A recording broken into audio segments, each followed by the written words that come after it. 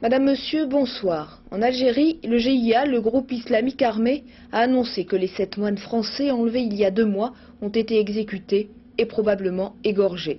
La revendication transmise à une radio marocaine n'est pas encore authentifiée. Ces exécutions porteraient à 18, dont 14 Français, le nombre de religieux chrétiens tués en Algérie depuis 2 ans. Laurent Lejob.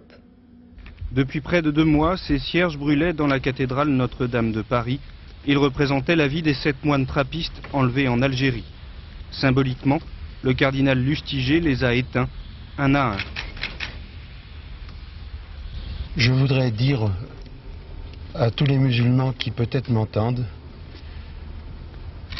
au nom de Dieu, Dieu ne veut pas la mort.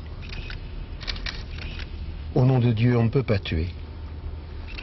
Au nom de Dieu, il faut respecter la vie et il faut pardonner. C'est par ce communiqué que les autorités françaises ont appris la nouvelle. Un texte rédigé en arabe, signé de Jamel Zitouni, le chef du GIA, un texte en partie authentifié par un détail seulement connu du Quai d'Orsay et du groupe islamique armé, un texte dans lequel les ravisseurs présumés des moines français affirment les avoir exécutés mardi dernier.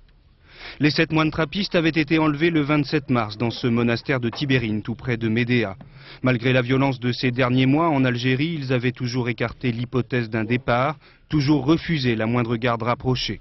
Originaires de l'abbaye d'Aigbel, dans la Drôme, ils vivaient en Algérie depuis 30 ans.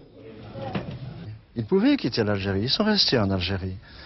Ils savaient ce qu'ils vivaient et ils étaient déterminés. Et je trouve qu'il y a quelque chose de très grand quand un homme consciemment, j'ose pas dire volontairement, consciemment, se fait otage. Pendant des semaines, d'importantes opérations de ratissage ont mobilisé 1 millier d'hommes, armés, police, gendarmerie, dans la région de Médéa, pour retrouver les moines, en vain.